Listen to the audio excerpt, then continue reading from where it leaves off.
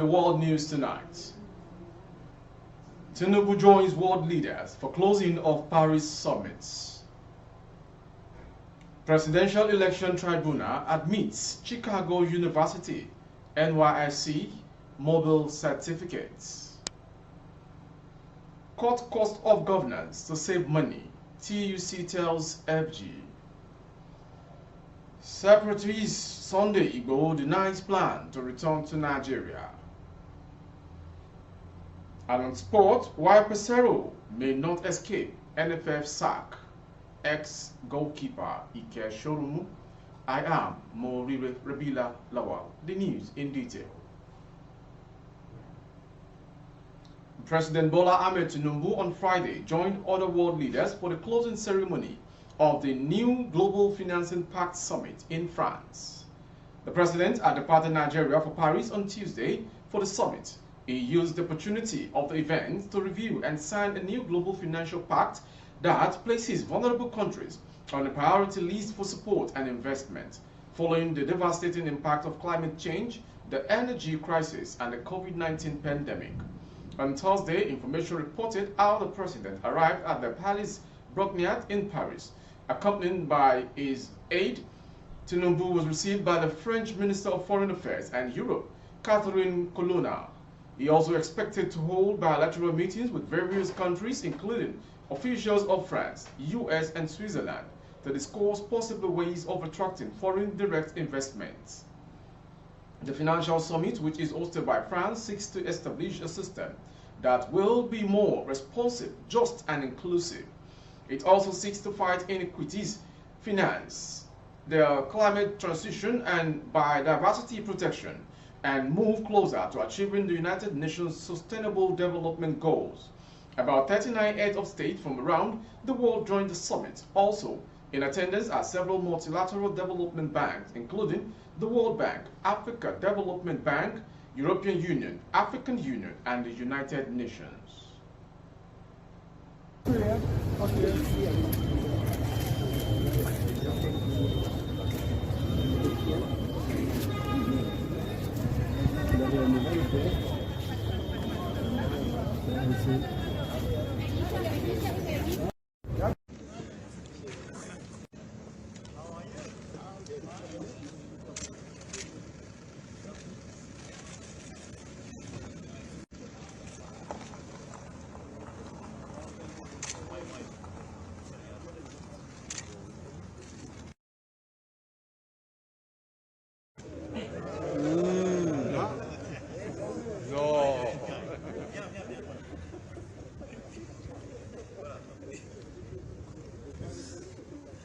Como es normal.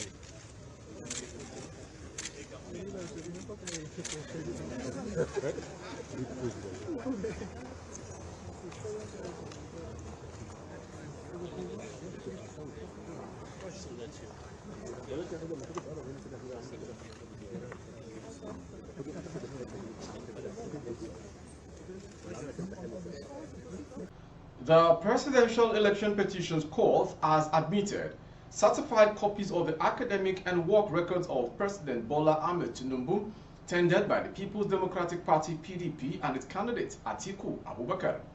The documents include a BSc certificate from Chicago State University, the National Youth Service Corps (NYSC) the START certificate, and a Mobile Nigeria All PLC certificate of service. The PDP brought the document through their supposed witness Mike Enahoro Eba, a private legal practitioner. He noted that Tinubu purportedly obtained the documents but bore the name Bola Adekunle Tinubu, led in evidence by the lead counsel to PDP, Chris Uche. The witness also tendered forms EC-13 and EC-9, nomination forms, and the letters written to the Independent National Electoral Commission (INEC) as attachments.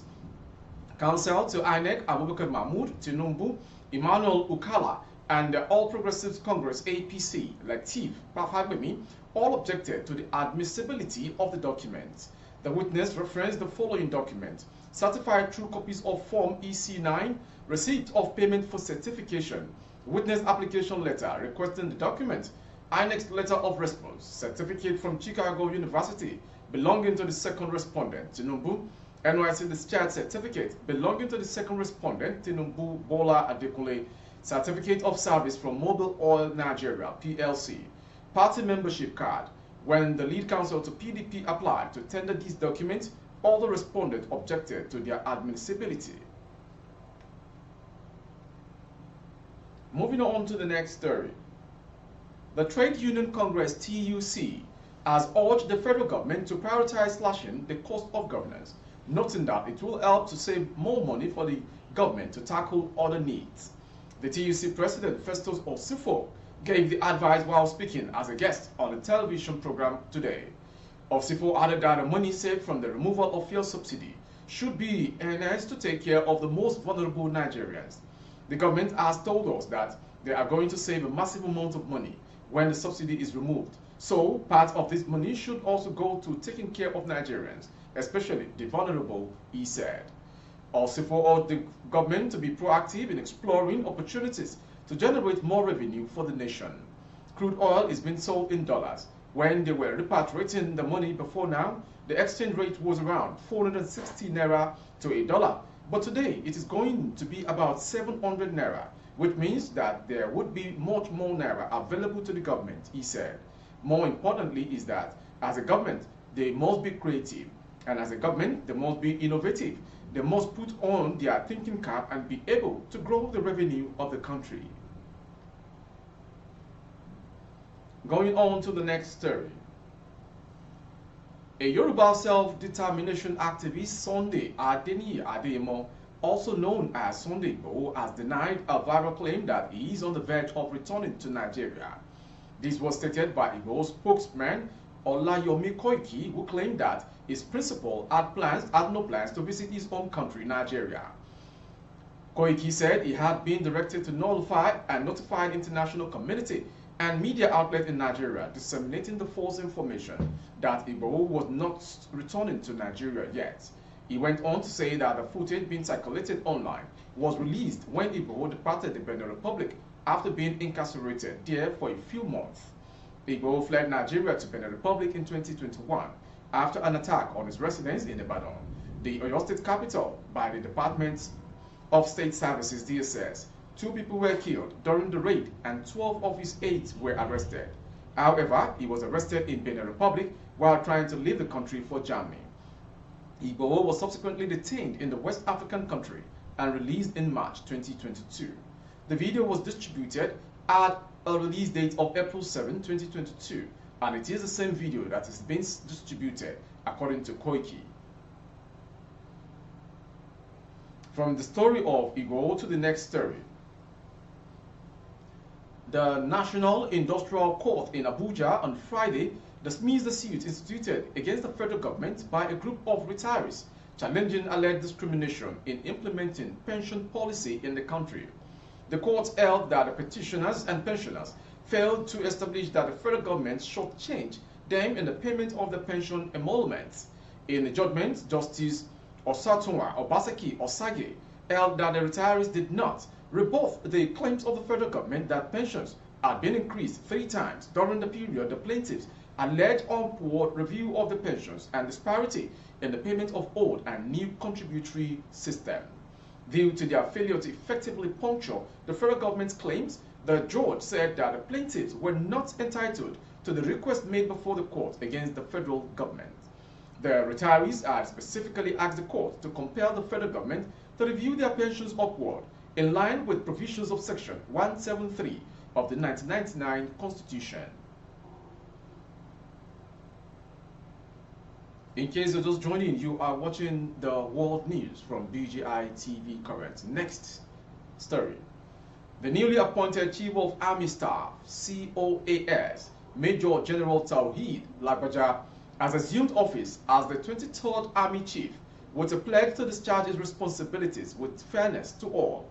He received the baton from the 22nd Chief of Army Staff, Lieutenant General Farouk Yahya, retired, during a ceremony at the Army headquarters in Abuja today. Lagbaja was appointed Chief of Army Staff by President Bola Ahmed Tinubu on Monday evening following sweeping change of nation's head of security services, which affected the elsewhere service chiefs and the Inspector General of Police.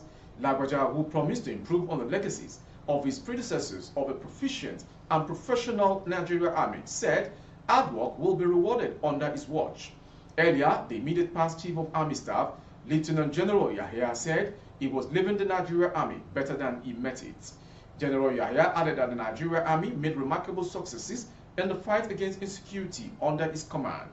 He added, our adversaries are in disarray across all theaters of operations, while changing and charging officers and men of the Nigerian army to remain resolute, politically and professional in the discharge of their duties. He urged them to support the new course to achieve a nation free of internal threat.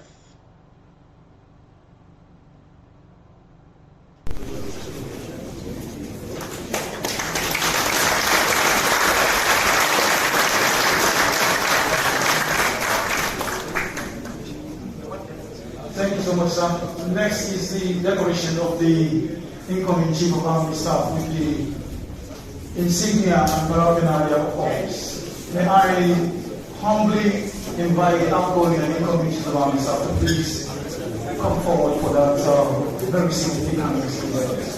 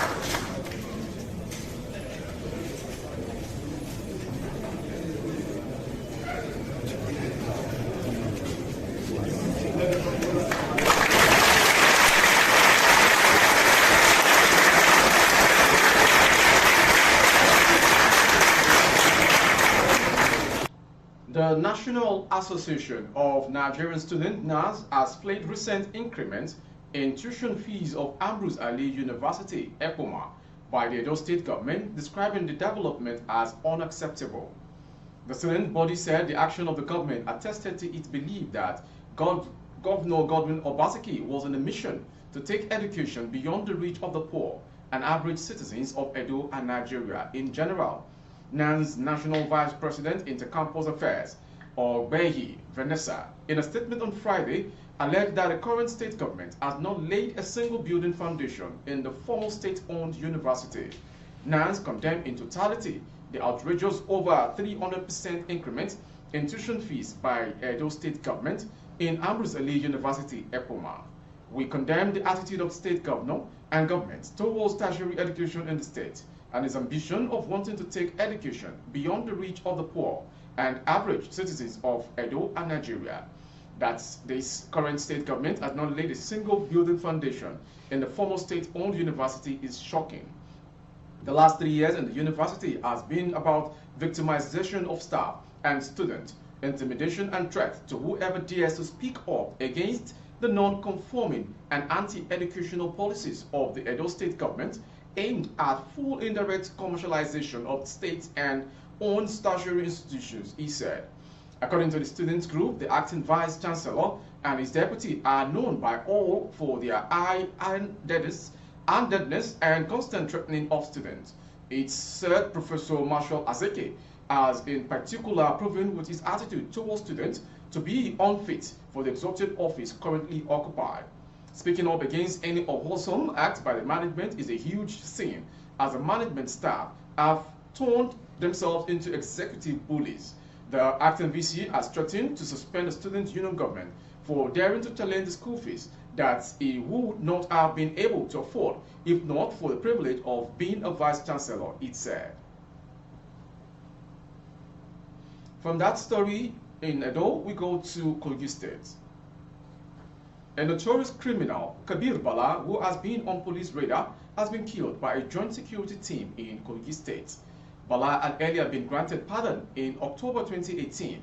In a prerogative of mercy, was also linked to the death of the woman leader of the People's Democratic Party, Salome Abu Oko, as Bala was known in his native Ejule or full local government area, reportedly remained an unrepentant criminal with lots of atrocities traced to him, including dealing in illegal arms, kidnappings, and killings in the state. The State Commissioner of Police, Akim Yusuf, while addressing newsmen on Thursday, explained that Bala on Wednesday met his Waterloo at Ejule in the Ofu local government area of the state. He said several cases had been traced to him, like the burning alive of Mrs. Salome Abu, a PDP women leader in the Olu LGA in a residence on November 2015 at Ochadamu, as well as the killing of two Gala youths, Umaru Abe and Unewu Sule, on April 20, 2022 at Ejule. Bala also killed 5 Fulani others, including Ibrahim, Aruna, Shuhaibu, Wang, and Aloma Road in the Ofu LGA in April 2022, and Mohammed Andauda on March 3, 2023. Other crimes committed by Kabir Bala and his gang, according to the Commissioner of Police, include an attack on troops of the Nigerian Navy and dispossessing them of 4 rifles at the Aloma village on March 4, 2022, stressing that the firearms were later returned to the Navy following a high-powered intervention. Attack on Elisha Aya, a pastor and founder of the Kingdom Faith Assembly, Ejule, on March 18, 2022, who later paid 1 million naira to Bala as a levy for establishing a church. The Commissioner of Police stated that from May 5 to 28, 2023, Bala was also responsible for 7 kidnappings along Itobe Anyibra Highway. It is disclosed that based on the above fact, the decision was reached at the State Security Council meeting held on June 20, 2023, for the state's pardon granted to Bala in 2018 to be revoked immediately, while security agencies charged to go after him and arrest him immediately for prosecution alongside known accomplices. He said on June 2023, around 4:30 a.m., Kabir Bala and his gang members, on sighting the joint security team, opened fire and shot sporadically. The team engaged the hoodlums and Kabir Bala was neutralized in the process, while other members of his gang escaped with varying degrees of injury. Items recovered from Bala's premises include an AK-47 rifle with 3 fully loaded magazines, 6 locally fabricated weapons, and 2 phones and charms. From Bala's story to foreign story. Worried by the food security and nutrition challenges, the United Nations has donated $20 million to boost the humanitarian response to the issue. This was disclosed in a statement by the Head of Public Information, United Nations Office for the Coordination of Humanitarian Affairs, OCHA, and WERU, which was obtained on Thursday. According to her, the fund support was from the Central Response Fund and the Nigeria Humanitarian Fund. She stated that the CERF fund would be allocated to food security intervention and voucher support for 95,000 people who are extremely impacted by food insecurity in 3 Borno towns. In support of government efforts, some $9 million in CERF funding and a complementary $11 million NHF allocation will go towards a coordinated multi-sectoral response aimed at preventing a deteriorating to famine or famine-like conditions, she said. To end today's world news is the sports story. Former Nigerian goalkeeper Ike Shorumu has revealed that Super Eagles head coach Jose Pesero's contract may likely not be renewed by the Nigeria Football Federation (NFF). They recall that the Portuguese tacticians has come under every criticism despite Nigeria's qualification to the 2023 Africa Cup of Nations. The NFF announced the appointment of Pesero as the new coach of the Eagles May 15, 2022, replacing Austin Eguavon, who returned to his technical director role at the Federation. Statistically, Pesero has lost more games than he has won, 5 losses, 4 wins, and the Eagles are still not playing the beautiful football Nigerians crave for. The same reason his predecessor Roa was booted out. However, in a chat, Shorumu stated that Pesero may not and may have done well to qualify the team for the Nations Cup, but it appears he may not lead Nigeria to glory despite his repeated boost that he will win the next AFCON in Cote d'Ivoire. There is no doubt that the Super Eagles coach Jose Pesero has done a good job by qualifying the team to the 2023 Africa Cup of Nations. However, that may not be enough to save his managerial job considering the fact that the team has not been playing impressive football. Besides, the game against Sierra Leone also exposed his tactical and technical ability to read the game and to make quality substitution that will have positive effect on the team. I have these feelings the NFF may have seen enough of him and may not want to extend his contracts.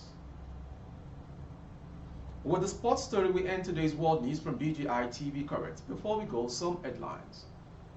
Tinubu joins world leaders for closing of Paris summit. Presidential Election Tribunal admits Chicago University NYSC mobile working service certificates.